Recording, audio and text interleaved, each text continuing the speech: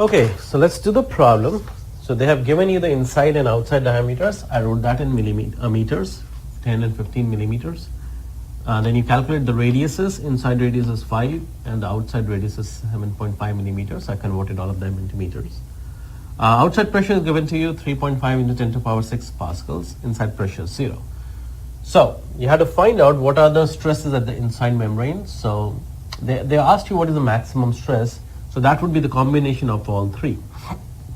So let's find all the three stresses.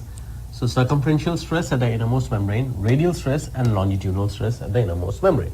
So let's go to our cheat sheet. So we have been given outside pressure, circumferential stress at the innermost membrane, radial stress at the innermost membrane. So these are our formulas. So radial is 0.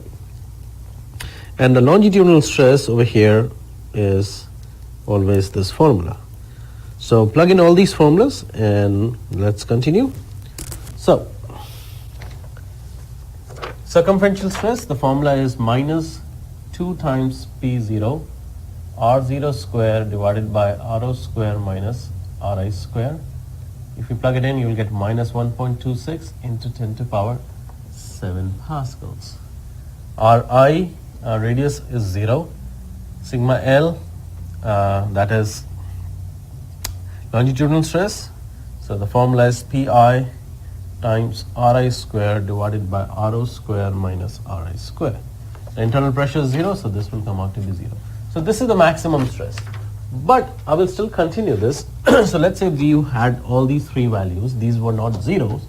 So how do you find the maximum stress? That is the combination of all these three stresses. So in reality, these three are the principal stresses, sigma 1, sigma 2 and sigma 3. And now you'll apply the failure theories. The failure theory that you're going to apply, if nothing is given, is always the von Mises or the distortion energy theory. So you'll find the von Mises stress. So von Mises for the triaxial you can use, or the biaxial.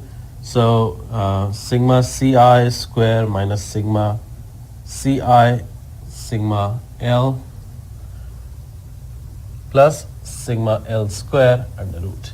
This is biaxial if I use 2. If I use the 3, you can use the triaxial loading, but if you put all the other ones are 0, so this will be sigma Ci square under root, and that will be sigma Ci, and that will come out to be minus 1.26 into 10 to the power 7 pascals.